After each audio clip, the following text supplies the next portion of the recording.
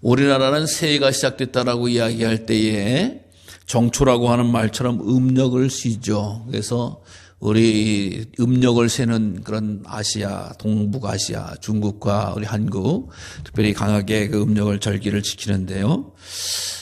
성경에 있는 유대 이스라엘 사람들은 오늘날에도 음력을 안 쉬고 그 사람들은 유월절을 지킵니다. 그래서 유월절을 될 때 새해가 시작됐다라고 이야기를 해요. 그래서 우리는 정초라고 하면은 음력 1월 1일 이야기하지만 유월절은 유대인들에게 있어서는 새해가 시작됐다라고 이야기하는데 우리 기독교인들에게 있어서도 1월 1일이 물론 중요한 날이 있을 수 있습니다만은 사실상 새해가 시작됐다라고 하는 표현은 이 대강절을 지킴으로 대강절이 시작됨으로 새해가 시작됐다라고 하는 거예요. 왜 그러냐? 우리 기독교인들의 달력은 예수 그리스도를 중심으로 예수님의 생애를 중심으로 이어져 내려오거든요. 그래서 성탄 예수님이 오신 것을 준비하는 기간을 거꾸로 올라가서 4주 전에 대강절이다, 강림절이다, 혹은 대림절이다라고 하는 표현을 씁니다. 말이 다 다른 것 같지만 기다릴 때에 강자를 써서 강림할 강자 서 대강절로 부르는 데도 있고 기다릴 때에 임할 임자로 써서 대림절이라고 부르는 데도 있고 우리 주님이 강림하실 것이다, 강림하셨다라고 해서 강림절로 지내서 그 말은 똑같은 의미를 지내고 있습니다. 그런데 우리 감리교회에서는 강림절이다, 다른 교회에서는 어떤 대림절, 대강절로 표현을 하는 경우가 있다라고 하는 것이에요. 그래서 우리 기독교 역사상 이것이 예수님 오신 날부터 지킨 것이 아니라 교회가 세워지고 점차 확대되어졌을 때에 한 1000년 동안, 이게 1000년 동안 그렇게 지내다가 한 600년 정도에 지나면서 이제 강림절을 지키기를 시작했습니다. 그래서 강림절을 생각하는 것은 뭐냐? 예수님께서 오신 날, 한 예수님께서 오신 것에 대해서 감사하고 기뻐하고 즐거워하고 성탄의 예수님, 거룩한 예수님, 또 아기 구유에 말구유에 오신 예수님, 그걸 자꾸 기억해내면서 믿음을 회상하겠던 확신 가운데 거했던 것이 바로 초창기에 이 강림절을 지키는 사람들의 모습이었습니다. 근데 우리가 신앙생활을 쭉 하면서 처음 오신 초림의 예수님도 중요하지만 이제 부활 승천하시고 약속하신 구주님 다시 강림하실 그날도 우리가 기대하면서 준비하자라고 하는 이런 시간이 되어졌다라고 하는 거예요. 그래서 특별히 이 강림절기를 어떻게 성도들은 보내야 되느냐라고 이야기할 때 초대의 모습은 그렇습니다. 금식하며 기도했습니다. 금식하며 주님 맞이할 사람이, 주님 맞이할 주의 성도들이, 주의 백성들이 흥청망청 세상의 즐거움에 취해 있지 않고 금식하면서 기도하면서 주님만, 신랑 되신 주님을 모시자. 금식하면서 회개하면서 기도했어요. 신랑 대신 순결한 신부로서 준비하자. 그 다음에 어떤 일이 벌어졌냐? 사회적으로 먹고 마시고 즐기는 거하고는 좀 금하자. 그래서 혼인 예식도 금하자. 이 절기 기간 동안은 혼인하는 것도 금하자라고 하는 것이 초대에 있었던 일이에요. 요즘은 그렇지 않습니다만은 어쨌든 예수님의 오시는 것에서 준비하는 데 집중해야지 세상 먹고 마시고 장가들고 시집가고 일하고 그런 것이 중요한 것이 아니다라고 하는 것처럼 강림절기를 지키고 왔었습니다. 그런데 요즘은 그렇지 않죠. 그러나 요즘은 어떤 것으로서 성탄을 준비합니까? 우리가 알다시피 성탄에는 밝은 트리를 장식을 하죠. 곳곳마다 환하게 밝게 하는 거예요. 성탄에는 이 밝은 빛을 달므로, 반짝반짝 피는 빛을 달므로 빛 대신 예수님을 기다린다, 준비한다라고 하는. 그래서 빛이 있는 곳은 어둠이 물러가는 것이죠. 그래서 예수님이 오시면 근심, 걱정, 슬픔, 염려, 좌절이 물러가고 소망과 생명과 구원의 은총이 펼쳐지는 거예요. 그래서 성탄에는 밝은 빛들을 많이 달아놓고 그것을 반짝반짝 밝히는 거예요. 그래서 요즘 밝히는 이유를 보면은 쇼핑센터에서 장사하러 물건 사러 오라고 하는 것을 의미입니다만은 사실상 옛날에는 밝히는 곳은 교회밖에 없었어요. 요즘에야 백화점이고 그런 쇼핑몰이 막 생겼지 옛날에 그런 게 어디 있어요. 교회에서만, 교회 앞마당에만, 교회에만 불을 밝힐 수가 있는 거야. 그러니까 반짝반짝 교회, 생명의 빛, 구원의 빛, 전 예수님의 빛이구나 라고 하면서 많은 사람들에게 소망을 주는 그런 것이 바로 성탄의 의미였고요. 우리가 가정적으로 보면은 또 교회 내적으로 보면 집안에다가 변하지 않는 사철나무 같은 걸 놓고 크리스마스 장식을 하잖아요. 그 주님을 우리 집에도 모시자. 영원히 변함이 없는 주님. 그래서 소나무 같은 거, 변함이 없는 그런 나무들 갖다가 집안에다 예쁘게 장식하죠. 그래서 성탄의 주님을 모시자, 우리 가정에 모시다라고 해서 가능하면은 우리가 성도님들이 집안에다 작은 트리라도 하나 만들어 놓으시고, 대개 보면은 이제 1월 6일까지, 1월 첫째 주일까지 대부분 이 성탄 그 트리를 뒀다가 이제 제거하는 그런 시간을 보내게 됩니다. 그래서 이 주님을 모시고 주님을 밝히고 또 주님을 기다리는 것이 얼마나 사회적으로라든가 당연히 교회적으로라든가 혹은 가정적으로라든가 얼마나 귀여운 기쁜 일인지 알 수가 없는 거예요. 얼마나 소망스러운 일인지 알 수가 없는 거예요.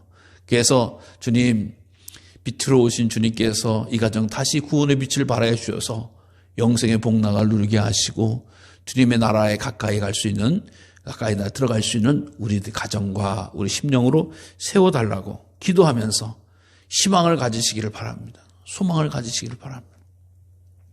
오늘 본문의 말씀은 예레미야서의 말씀이에요. 예레미야서의 말씀. 예레미야라고 하는 선지자는 아나돗의 선지자다. 선지자의 하는 역할이 뭐죠? 하나님의 말씀을 담아서 그 입술로 말씀을 선포하는 분이에요. 그러니까 자기가 하고 싶은 얘기를 하는 사람이 선지자가 아니에요. 하나님의 영이 임하시고 하나님의 말씀이 그에게 임하셨을 때에 세상에 외쳐야 되는 사람이에요. 근데 예레미야라고 하는 사람이 어떤 시대를 살았느냐라고 하는 것을 간단히 보면 그랬어요. 이스라엘이라고 하는 나라가 남북으로 다윗에 의해서 통일되어 있다가 그의 아들 솔로몬까지 됐다가 솔로몬 이후에 남쪽의 유다와 북쪽의 이스라엘로 분리가 됐어요. 우리나라처럼 남북으로 갈려졌다는 거죠. 근데 북이스라엘이라고 한 나라는 아수르라고 한 나라에서 멸망이 됐어요. 근데 아수르라고 한 나라가 멸망할, 남유다까지도 멸망을 하려고 예루살렘을 치러 왔다가 하나님의 도우심으로 보호함을 받아서 남유다는 100여 년 이상 더 나라가 지속됐어요. 지속되어졌는데 이 멸망이라고 한 그동안 나라가 바뀌어져서 북이스라엘 멸망시켰던 아수르라고 한 나라는 없어지고 바벨론이라고 한 나라가 다시금 힘을 얻어서 예루살렘을 쳐서 공격하고 성전을 공격하고 파괴하는 이런 일들이 벌어지기 시작했던 겁니다. 그러니까 나라가 멸망할 때 약 40년 동안 선지자로서 활동을 했던 그런 분이 바로 예레미야라고 하는 분이에요. 그래서 예레미야는 너무 슬픈 거야. 그래서 우리가 보면 예레미야 애가라고 하는 말씀도 기록했듯이 나라가 멸망하고 성전이 파괴되어지는 것을 보면서 얼마나 가슴이 찢어지고 아팠겠어요. 국민들에게는 소망이 있어요? 아무것도 없는 거예요.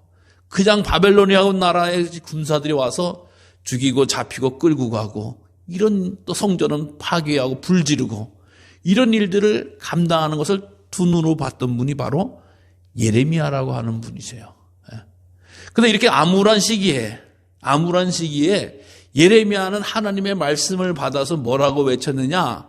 바로 우리 바벨론의 나라에 의해서 멸망당하는 것이 우리에게는 합당한 것이다. 순순히 멸망을 받아들여라 라고 하는 이야기를 외치기 시작했다라는 거예요. 그것이 하나님의 뜻이었으니까. 왜? 이스라엘 백성들이 제사장 나라로 하나님의 구원의 은총을 받았음에도 불구하고 하나님 앞에 안식일, 6월절, 초실절, 절기를 지키지 않고 아무것도 하지 않는 거예요. 점점 신앙을 잊어버린 거예요. 하나님이 그들에게 휘천을 들어서 가지고 이스라엘이라고 한 나라를 멸망시키는 거예요. 그렇기 때문에 순순히 바벨론에게 포로가 되어지고 바벨론에 의해서 나라를 넘기고 하나 대항하지 마라 라고 하는 말을 선포하게 되어집니다. 그런데요, 그 당시에 시드기야라고 하는 왕이 다스리고 있었을 때였는데 그 이야기를 들으니까 좋아요, 안 좋아요? 정치 지도자들이 나라가 멸망한다 그러고 백성들이 나라가 멸망하는데 그걸 받아들이라고 하는 사람이 떠들고 다니니까 싫어한 거예요. 결국에는 모든 백성이 다 암울하고 우울하고 힘든데도 그런 얘기를 우리 나가서 싸웁시다, 이깁시다, 힘을 뭉칩시다 뭐 이런 식으로 해야 될 텐데 그거 하나님 뜻이니까 받아들이라고 하는 거야. 나라 멸망하는 걸 받아들이라고, 우리 식으로 집안 망하는 거 받아들이라고, 사업 망하는 거 받아들이라고 막 외치는 거예요. 그러니까 저 기분 나쁜 자식, 저 쓸데없는 소리 떠드는 잡아들여라 라고서 시위대들에 잡아들이는 거예요. 시위대들에 잡아들이고 나서 예레미야를 통해서 그렇지만 하나님이 그 입술을 담아둔 게, 예레미야는 그 마음속에, 그 입술에 하나님의 말씀이 계속 임하여져서 계속 선포하는 거예요. 전달하는 거예요. 외치는 거예요. 도대체 무슨 소리를 외치냐라고 하는 것 가운데 오늘 본문의 말씀이에요. 33장 14절. 여호와의 말씀이니라. 예레미야의 얘기다. 내가 하고 싶은 말이다. 이렇게 이야기한 게 아니에요. 하나님의 말씀이다 라고 하면서 예레미야가 대언하는 거 아니겠어요? 오늘 글로 기록한 거 아니겠어요? 그게 뭐냐? 내가 이스라엘 집과 유다 집에 대하여 일러준 선한 말을 성취할 날이 이르리라. 이스라엘이라고 하는 나라, 북이스라엘 이야기죠. 유다라고 하는 남유다라고 하는 이스라엘 백성이라고 하는 거예요. 근데 거기에 선한 말을 성취할 날이 이르리라. 즉 하나님께서 이 세상을 향해서 선한 말, 선한 뜻을 베풀어주고 말씀하신 것인데 그것이 이루어지고 있다, 다가오고 있다라고 말하고 있는 거예요. 근데 이게 좀 상황이 아까도 말씀드렸죠. 나라가 멸망하고 있는 거예요. 죽으러 가는 거예요. 파괴되는 날이 오는 거예요. 눈앞에 생각해. 근데 하나님이 오히려 야 너희네 다 죽었다 멸망한다라고 하는 게 아니라 점점 하나님이 약속한 대로 좋은 날이 오고 있다라고 하면서 희망과 생명의 메시지를 탁 전하는 거예요. 이게 완전히 꿈꾸는 소리 같기도 하고 엉뚱한 소리 같기도 하고 제정신이 아닌 사람 같기도 하고. 왜? 나라는 멸망하는데 하나님은 좋은 뜻이 선한 일이 이루어질 게 되겠다라고 하는 일 말이에요. 여러분 우리 하나님께서는 우리 주의 백성들을 사랑하는 자들을 절대 심판하지 않으십니다. 믿습니까? 하나님 우리들을 때로는 잘못할 수도 있어요. 때로는 부정할 수도 있어요. 부족할 수도 있어요. 죄 지을 수도 있어요. 그러나 하나님 끊임없이 주의 자녀들이 회개하고 돌이키기를 원하시는 거예요. 네. 말씀을 듣고 돌이켜서 하나님의 거룩한 뜻을 다시금 행하기를 기대하고 계시는 거예요. 우리에게 뜻을 두고 계시는 거예요. 그래서 지극히 거룩하시고 무한히 자비로우시는 이 공의와 인내가 깊으신 하나님이신 거예요. 하나님의 백성들이 심판받을 거야, 저주받을 거야, 지옥에 갈 거야, 판단받을 거라고 하는 말씀이 성경에는 없습니다. 하나님의 백성들은 반드시 승리할 거야, 구원받을 거야, 은혜를 입을 거야, 소망을 얻을 거야. 생명의 말씀으로 계속 가르쳐 주시는 거예요. 그러니까 나라는 멸망해도 구원의 메시지를 우리에게 전해주신 거예요. 근데 그것이 언제냐? 15절 그날 그때 내가 다윗에게서 한 공의로운 가지가 나게 하리니. 다윗에게서 공의로운 가지가 나게 하리. 그때가 바로 이 온다라고 하는 것을 말해주고요. 인간의 생명은, 인간의 희망은 우리 주 예수님 안에서 의미가 있는 거고 확신이 있는 거고 놀라운 은총이 있는 거예요. 하나님께서 다윗에게서 공의로운 가지가 하나가 온다. 즉 예수 그리스도께 나타난다라고 하는 거예요. 인간의 소망이 예수님 안에 있다라고 하는 거예요. 인간의 선한 뜻은 하나님 안에서 출발하지만 예수님 안에서 펼쳐지게 되어진다. 근데 꼭 다윗의 가지, 다윗의 후손에서 나타난다라고 하는 거예요. 예수 그리스도를 말씀해 주고 있습니다. 여러분 아무리 자기가 신령한 짓을 한다라고 하더라도 예수 그리스도의 가지, 다윗의 가지가 아니면, 다윗의 자손이 아니면 다 가짜인 거예요. 아무리 능력을 행한다 할지라도. 예수님은 오직 다윗의 자손으로 오시고 유대인의 피로 오신다라고 하는 것이 수천 년 전부터 하나님이 말씀해 주시고 약속해 주시는 거예요. 그래서 혼돈하지 말라는 거죠. 한국에도 예수가 몇 명인지 그리스도가 몇 명인지 알 수가 없어요. 전 세계적으로도 더 많은 거. 예수의 동생인지 뭐 친척인지 별의별 사람 다 있지만 다 가짜인 거잖아요. 오직 예수님은 한 분이시고 오직 예수님은 그 다윗의 자손으로 오시는데 그분은 어떤 일을 행하냐? 이 땅에 정의와 공의를 실행할 것이다. 이 땅에 정의와 공의를 실행할. 즉 뭐예요? 믿음을 갖고 있지만 신앙생활을 하지만 때로는 억압받는 자들이 있어요. 때로는 힘들어하는 자들이 있어요. 때로는 괴로워하는 자들이 있어요. 때로는 아파하는 자들이 있어요. 그들을 다 올바르게 세워주고 치료해주고 회복시켜주시고 가볍게 해주신다라고 하는 말씀이에요.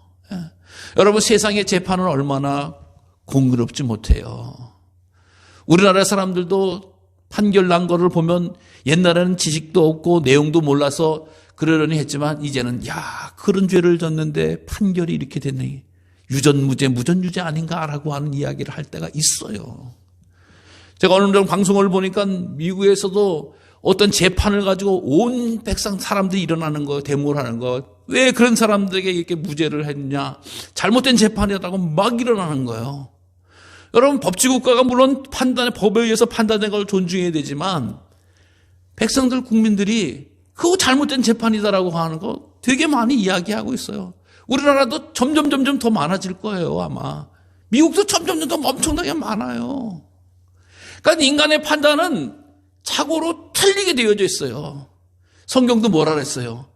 재판을 굳게 하지 말라. 뇌물 받고 잘못 판단하지 말라. 똑바로 행해라. 판단하는 자들 잘 행해라. 여러분, 솔로몬이 지혜를 구한 게 왜 그런지 구한지 아세요? 하나님, 내가 판단할 때 지혜롭게 잘못하지 않게 내가 할 수 있도록 저에게 지혜를 달라고 구한 거예요. 그러니까 오늘날 세상의 모든 재판이 정말 완벽하게 이루어질 수가 없다라고. 근데 주님께서 이 땅에 오실 때 정의와 공의를 행하실 것이다 라고 하는 거예요. 여러분, 우리가 예수님을 믿는다고 때로는 손해보는 것 같고, 때로는 아픈 것 같고, 억울한 것 같고, 아쉬운 것 같고, 또 불편한 것 같을지라도 우리 주님께서 오시는 그날 때에 온전히 갚아주시고 채워주시고 지켜주시고 인도해 주시는 줄로 믿으시길 바랍니다. 믿음의 신앙, 아름다운 역사, 이것은 주님께서 반드시 행해 주시고 고쳐주신다라고 하는 거예요. 세상살이가 힘들고 어려워요. 항상 괴롭고 어렵고 힘든 거예요. 그러나 우리 주님께서 오실 때에 귀한 능력을 감당하신다라고 하는 것이죠. 그날에는 유다가 구원을 받겠고 예루살렘이 안전히 살 것이며 이 성은 여호와는 우리의 의라는 이름을 얻으리라. 지금 예루살렘 성이 파괴되어지고 무너지고 깨지고 불타고 사람들은 끌려가고 죽게 되어져요. 그런데 유다가 구원을 받겠다라고. 다시금 회복될 뿐만 아니라 최고의 은총을 입겠다라고 하는 거예요. 예루살렘이 이제 안전해지겠다는 거예요. 여호와의 성이라고 하는 우리라고 하는 그런 복을 차지하겠다라는 거예요. 지금 막 무너져 가는데, 막 부서져 가는데 하나님은 딴 말씀을 하시는 것 같은 거예요. 여러분, 우리 하나님은 영원한 생명의 주인 되신 하나님은 그 무너지는 것에 대해서 안타까운 마음을 갖지만 믿음을 지키는 자들에게는 회복과 구원의 은총과 다시 차지하는 은총을 약속해 주시는 줄로 믿으시길 바랍니다. 그래서 구원을 말하고 있고요, 생명을 말하고 있고요, 또 놀라운 은총을 말하고 계신 분이 우리 하나님이십니다. 그래서 오늘날 이 예레미야를 통해서 다시금 말씀하실 때 예레미야는 이 시대를 볼 때 어떻게 말을 했냐라고 하면은 앞부분에 나오는 이야기 33절 앞부분에 너희는 내게 부르짖으라 라고 말하고 있어요. 크고 비밀한 일을 내게 보이리라 라고. 이 세상이 망해져가고 나라가 흐트러져가고 무너져가는 세상 가운데서 그것을 바라보면서 아이고 우리 다 죽게 됐네, 아이고 힘드네, 우리 죽어 원망해, 어디로 도망갈까, 이것만 찾는 것이 아니라 예레미야는 이 환난과 아픔과 고통의 때에, 불안의 때에, 염려의 때에 여호와 하나님을 향해서 부르짖으라 라고 말하고 있어요. 부르짖으라, 기도하라고 하는 이야기죠. 여러분, 부르짖으라는 소리가 큰 소리로 주여주여라고 하는 것으로 우리 한국 교회는 이해하기도 해요. 물론 그것도 있을 수 있어요. 근데 이 부르짖으라고 하는 것은 여러분, 통성기도, 부르짖는 기도를 해야 될 이유가 뭐죠? 주변에 자꾸 소음이 들어오고 내 생각이 들어오고 공격하는 걸 끊는 방법이 부르짖는 기도인 거잖아요. 예? 그래서 내가 세상 소리 듣지 아니하고 옆에 사람 의식하지 아니하고 그냥 하나님만 찾고 구하겠다고 내가 소리 지르면서 기도하면서 주여 주여 주여 하면서 소리를 지르면서 하나님과 집중하고 하나님 만나려고 하고 주의 음성 들으려고 하는 것이 부르짖는 기도잖아요. 조용히 있으면 물론 궁극적으로는 조용한 기도로 나가게 되죠. 근데 맨 처음에 그렇게 시작을 해야 되는 거예요. 부르짖어 기도하면 크고 비밀한 일을 내게 보이리라 라고 말씀해요. 여러분, 크고 비밀한 일이라고 하는 게 뭐예요? 하나님의 계획을 보여준다는 거예요. 하나님의 말씀을 들려준다는 거예요. 하나님이 하시고자 하는 것에 대한 믿음을 주신다는 거예요. 그러니까 기도하지 아니하고는 하나님의 뜻도 몰라, 하나님의 계획도 알 수 없어, 하나님이 보여주시고자 하는 일도 아무도 모른다라고 하는 거예요. 그러니까 예레미야가 큰 소리 부르짖어라. 그러면 크고 비밀한 일들을 내게 보여주리라. 나라가 멸망한다라고, 세상이 어두워 힘들다고 하고, 또 곤란하고 아프다고 할지라도 우리 믿음의 사람들은 여호와 하나님을 향해서 기도하고 준비하고 외치면, 하나님과 연결이 되어지면, 하나님의 뜻을 밝히 알게 되어지면, 주의 말씀을 담게 되어진다라고 하면은 우리의 삶이 형통한 삶으로, 승리하는 삶으로, 회복되어지는 삶으로, 안전한 삶으로 나가게 된다고 한 주의 약속인 줄로 믿습니다. 여러분, 그래서 우리에게 소망이 있는 거예요. 세상은 다 멸망당한다도, 다 파괴되어진다라고 해도 예수 그리스도 안에 있는 우리는 주의 이름을 부르면서 행할 때에 주님의 은혜가 우리에게 임할 것이고, 주의 사랑이 우리에게 임할 것이고, 주의 능력이 우리에게 임하게 되는 줄로 믿으시기를 바랍니다. 그래서 우리는 때로는 기도하면서 기다리는 거예요. 주님 다시 오신다고 그랬으니, 주님 기대하는 자, 기다리는 자에게 복을 주시고 생명을 준다 그랬으니, 제가 주님의 소망의 주님을 기다립니다. 생명의 주님을 기다립니다.